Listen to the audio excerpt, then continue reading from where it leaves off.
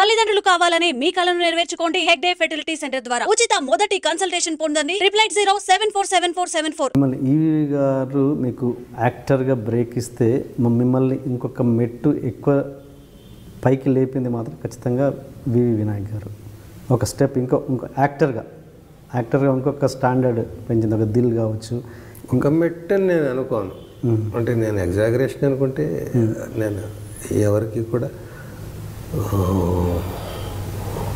పొగడతా కాదు, ఇంకోటి డిప్లొమసీ కాదు. 5-6 మెట్లు పైకి ఎక్కాను నేను అతని వల్ల. అతను ఎప్పుడు డైరెక్టర్ అవుతాడా అని ఎదురు చూసేవాడిని. భావాలు ఇవన్నీ డిస్కషన్స్ చూస్తుంటే ఏంటండి ఇది, తొందరగా డైరెక్టర్ అయితే నాలాంటి వాడికి హెల్ప్ అవుతుంది అంటే, అవుదాం గురువుగారు మంచి ఛాన్స్ రానివ్వండి, కంగారు పడి దూరిపోవడం ఎందుకు, ఒకరికి చెప్తుంటే ఇంత టాలెంట్ పెట్టుకుని ఎలా ఉన్నాడు ఏంటి అనిపించేది నాకు. ఎప్పుడు డైరెక్టర్ అవుతాడంటే కొన్ని చెప్పానండి, అవుతుంది 2-3 monthsలో మనకి మెటీరియలైజ్ అవ్వచ్చు ఇలా అంటుంటే ఆనందపడేవాడిని. అయిపోతే బాగున్నది అట్లా. చాలా ఎన్ని అనుభవాలు మా మధ్య. అదే మీ ఆత్మీయత ఏందో, మీ ఫ్రెండ్షిప్ ఏంటో నాకు తెలుసు, దగ్గరగా చూశాను కాబట్టి. అంటే ఆదిలో దిల్లో అలాంటి క్యారెక్టర్ ఇచ్చారు మిమ్మల్ని. ఒక విధంగా చాలా క్యారెక్టర్లు ఎన్ని ఇచ్చాడని పక్కన పెడితే ఇప్పటికి ఇవేళకి కూడా అతని మనసులో నేను వాళ్ళ చుట్టూ ఉన్న సర్కిల్స్లో నా రెఫరెన్స్ ఎవడో ఒకటి నా చెవిని వేస్తూనే ఉంటాడు. అంత ఇష్టం ఏంటంటే మీకు వినాయక్ మీరంటే, మొన్న ఎలా అన్నాడు, నేను ఎలా, ఏదో ఒకటి చెప్తూ ఉంటాడు. ఎప్పుడూ మిమ్మల్ని గొప్పగా మీ గురించి చెప్తూ ఉంటాడు. ఎందుకు అదే నేను పర్టికులర్గా ప్రతి సినిమా మీరు ఉంటారా లేరా అని చూస్తుంటాను. ఎందుకు మీరు ఆయన సినిమాలో కనబడట్లేదు?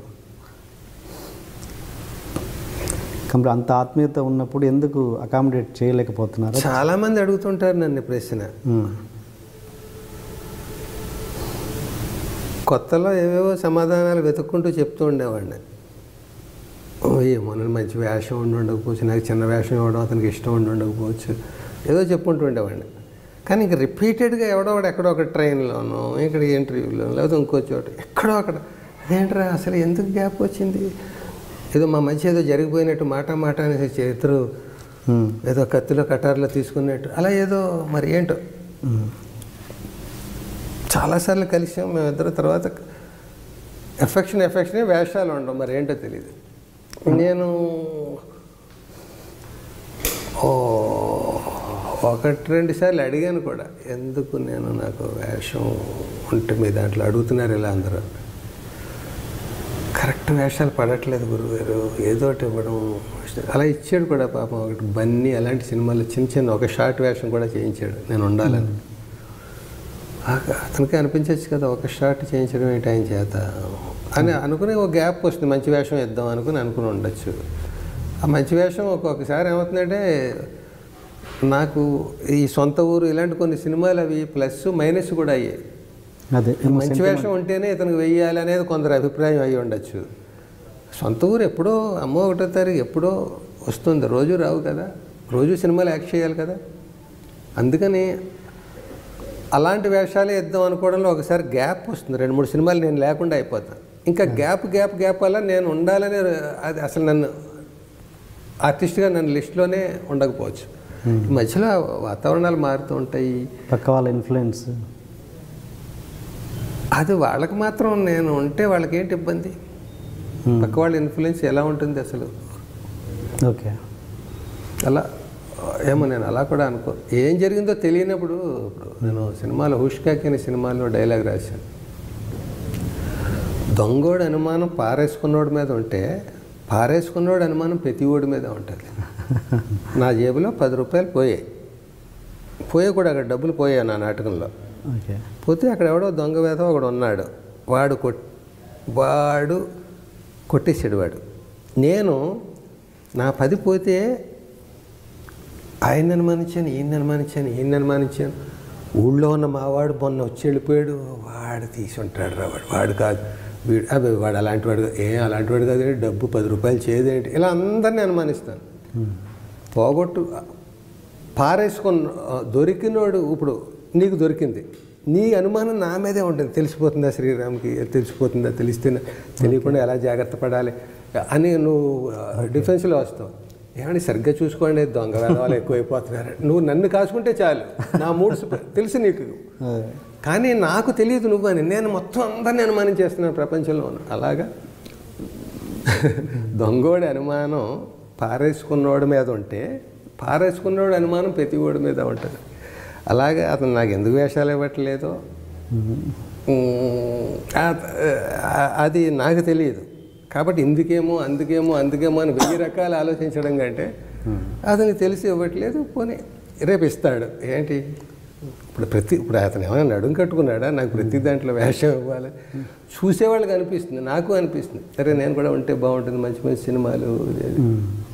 అంటే మీరు వినాయక్ గారిని కలిసిన లాస్ట్ టైం ఎప్పుడు చివరిసారి కలిశారు మీరు? అంటే పర్సనల్గా ఇంటికి వెళ్ళి కలిసి అలవాటు మామూలుగా ఫంక్షన్స్లో చాలాసార్లు కలిసి. అంటే మీరు చాలా బిగినింగ్ డేస్ నుంచి ఎంత ఫ్రెండ్స్ నాకు తెలుసు. ఒకసారి బాగా గుర్తు మీరు చెప్పినట్టు ఏంటి హ్యాబిట్స్లో ఒకసారి ఆర్జీవి దౌడ్ సినిమాకి వెళ్ళినప్పుడు ఇద్దరు బైక్ మీద వెళ్ళారు, అక్కడ పెట్రోల్ అయిపోయింది అనేది, వినాయక్ గారి బైక్ పెట్రోల్ అయిపోయింది. ఏంటి ఇద్దరి దగ్గర డబ్బులు లేవంట, అది ఒకసారి చెప్పండి ప్లీజ్. దౌడ్ సినిమా చూద్దామని ఇద్దరు కూడా, అంటే రచయితగా నేను ఫైనాన్షియల్గా ఎంత ఘనతలో ఉండేవాడిని ఉదాహరణ. అది రచయితగా మీరేం సంపాదించారని అంటే అది ఉదాహరణ. ఇద్దరం కలిసి అలా పోయాం ఏదైనా సినిమా చూద్దామని. వర్క్ లేదంటే నెక్స్ట్ సినిమాకి ఏదో టైం ఉంది. సినిమా వాళ్ళకి టైం ఉంటే ఏంటి, సినిమా చూడడమే కదా. ఏం చూద్దాం అంటే దౌడ్ సినిమా బాగుంటుంది, అక్కడికి వెళ్దాం అనుకున్నాం.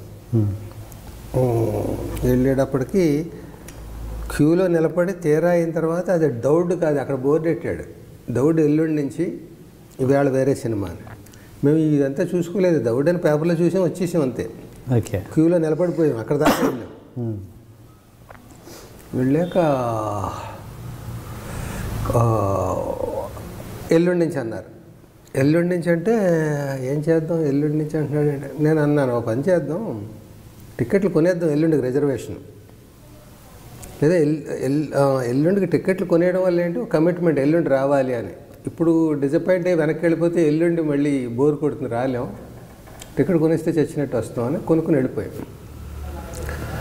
ఆ ఎల్లుండి వచ్చాక ఇద్దరం వచ్చాం, అతని బండి మీద వచ్చాం.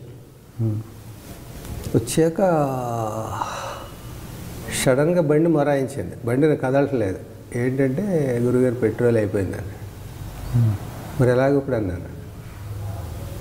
డబ్బులు ఎంత ఉన్నాయండి మీ దగ్గర అన్నాడు. మీ దగ్గర ఎంత ఉన్నాయన్నా? నా దగ్గర ఏం లేవండి అన్నాడు. నా దగ్గర కూడా ఏం లేవు అన్నాను. ఇప్పుడు ఎలాగంటే అలాగే తోసుకెళ్ళానండి అని అనుకుని తోసుకెళ్తూ ఎదురేదో కబుర్లు చెప్పుకుంటూ నడిపిస్తున్నట్టుగా బిల్డప్ ఇచ్చి చూస్తే అక్కడ బెగ్గర అడుక్కుంటున్నాడు. టవల్ పరిచాడు, ఆడి దగ్గర 2 10 పైసల కాయిన్లు, అప్పట్లో ఏదో పావలాలో ఏదో 2 ఉంది. మన పరిస్థితిలాగే వీడి పరిస్థితి కూడా కలెక్షన్స్ ఏం లేవండి అన్నాడు. ఇంకొకడేవాడు గడ్డం పెంచుకొని రోడ్డు మీద మమ్మల్ని గుద్దేసి వెళ్ళిపోతాడు. మన పరిస్థితి ఆడితే ఫ్రస్ట్రేషన్లో ఉన్నాడని ఏదో సార్. ఇలా కనపడ్డ వాళ్ళందరినీ మన పరిస్థితి ఆడు. ముత్యాల షాప్ ఉంది, పెద్ద కోట్లు ఖరీచేసేది అక్కడ ఎబిట్స్లో. అక్కడ కూడా ఎవరు లేరు, వాడు ఏగలు తోలుకుంటున్నాడు, ఇలా కర్రకు గుడ్డ కట్టి ఎలా. వీడి పరిస్థితి కూడా మన పరిస్థితి ఇలాగే ఉందండి. టోటల్గా మనకి భారతదేశం అంతా ఎలా ఉందేమో ఈవేళ ఒక్కరోజు అనిపించింది మాకు. అలాగా మా దగ్గర లేవు కనుక ఆ కళ్ళతో చూస్తున్నాం కాబట్టి ఎలాగనుకుని ఏంటి మొత్తానికి ఇంటి దాకా దోసుకొచ్చారా? ఇట్లా గుర్తులేదు, అక్కడ ఎక్కడో పడేసి వచ్చి ఉంటాం. ఎక్కడో పడేసి ఎలా వస్తాం, నడుచుకుంటూ వచ్చాం. ఏదో ఆ సీన్ గుర్తులేదు కానీ మెమరబుల్ డే అది. ఏది ఎప్పుడు ఏ టైంలో మీరు ఏ సినిమా అప్పుడు అంటే అంతే? నేను ఇక్కడికి షిఫ్ట్ అయింది ఎప్పుడు 94. నేను సినిమా పరంగా హిట్లర్ టైంలోనా లేదా బిఫోరా? కాదు, దౌడ్ అంటే నాకు తెలిసి హిట్లర్ తర్వాత నేను ఈయన దగ్గర సాగర్ గారి దగ్గర వరుసగా కొన్ని సినిమాలు చేశాను. అదిరింది గురు, ఓసిన మరదల, రామసక్కనోడు. అప్పుడే కదా వినాయక్ గారు సాగర్ గారి దగ్గర. రామసక్కనోడికి నాకు నంది అవార్డు వచ్చింది డైలాగ్ రైటర్గా. అది నిజానికి నాకు వచ్చినా కూడా ఇప్పుడు డైరెక్టర్ ఇన్వాల్వ్మెంట్ తక్కువ ఉండేది. అది అంత సీన్ నెరేట్ చేయడం, ఎలా చేస్తే ఈ సీన్ బాగుంటుంది, ఇవన్నీ అతను అతను విజన్ చూపిస్తూ ఉండేవాడు. అప్పుడే అనిపించేది ఇంత బ్రెయిన్ పెట్టుకుని డైరెక్షన్ చేయకుండా కో డైరెక్టర్గా ఏంటి అనిపించేది నాకు. అంటూ ఉండేవాడు నాకు వర్కౌట్ కావట్లేదు కో డైరెక్టర్గా ఎలా రాయించుకోవడం, డైరెక్టర్గా రాయించుకోవాలి నేను నా చేత సీన్లు అన్నాను. వస్తుంది గురుగారు ఆ రోజు అని వెళ్ళాడు. అంతకీ అతను డైరెక్టర్ అయ్యే టైంకి నేను యాక్టర్ అయిపోయాను, రైటింగ్ మానేసాను. ఒకవేళ నిజంగా నేను రైటర్గానే కొనసాగినా అతను ఫ్రెష్ థాట్స్లో కొత్తగా నాకంటే ఎక్కువ ఫైర్తో ఉంటాడు కదా, నాది ఫైర్ కంటిన్యూ అవ్వడం, అతను కొత్త ఫైర్. అందుకని నేను అప్పటికి యాక్టర్ అయిపోవడమే బెటర్. లేకపోతే మళ్ళీ నాకు అతను నా చేత రాయించుకోలేదని రకరకాల ఇవన్నీ. అంతకంటే చక్కగా మంచి వేషాలు వేసాను, ఎంజాయ్ చేశాను.